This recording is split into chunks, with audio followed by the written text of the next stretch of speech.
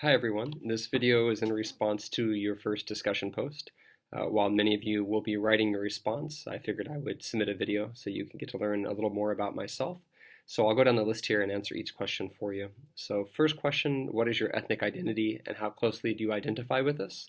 I'm quite mixed. I would say Irish, Scottish, German, Native American. I have Cherokee as well in my bloodline. And probably many others that I'm not even remembering right now.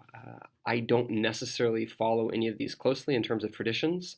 I like to embrace as many cultures as I can. If I like the tradition, I embrace it regardless of my ancestry or my heritage.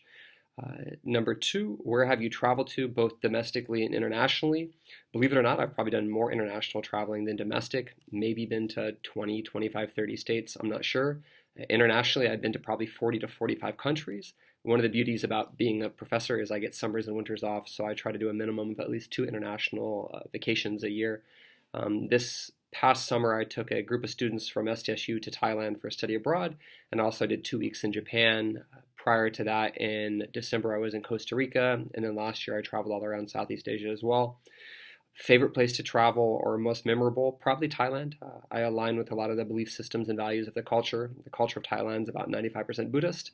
And although I wouldn't necessarily consider myself a Buddhist, I do really appreciate the Buddhist way of life. So I found myself really enjoying Thailand. In addition to that, the weather's beautiful, it's tropical, a very adventurous place to visit, and money goes a long way. So that helps as well. Let's see, most memorable experience. Yeah, there's so many. Where do I start? I would probably say at the top of the list, most recently would be the study abroad programs. Being able to take 40, 50 students now over the last 2 summers to Thailand and seeing the amount of growth from firsthand experience of a different culture has just been deeply fulfilling and something that I value very much. So that's probably one of the more memorable experiences of recent.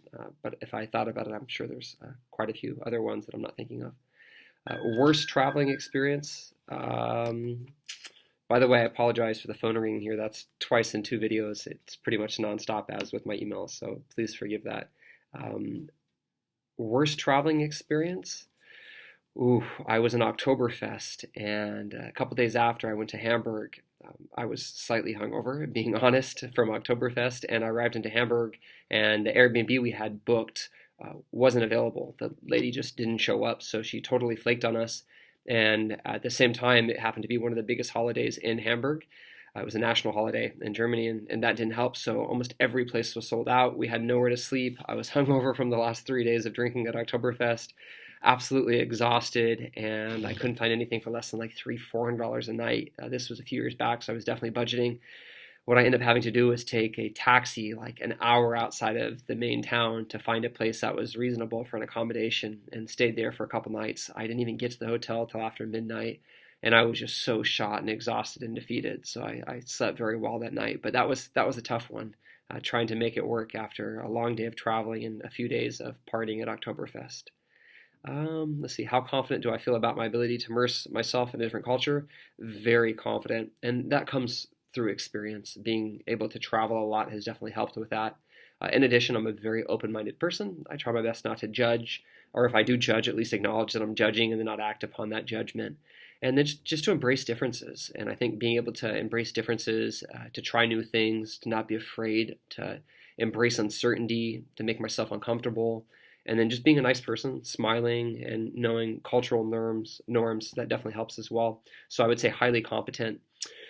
And then something interesting about myself that most people would not know. I was a college athlete. I played basketball and football. I still play a lot of basketball. I love sports. I'm usually up hiking every morning by like 5 a.m. You catch me at the top of Cowles Mountain by like 6 a.m. So it's something that most people don't know is how much I love my health and fitness still. So a little bit about me. I hope you enjoyed getting to know your professor for discussion post 1, and make sure you share about yourselves as well on the discussion board. Thanks.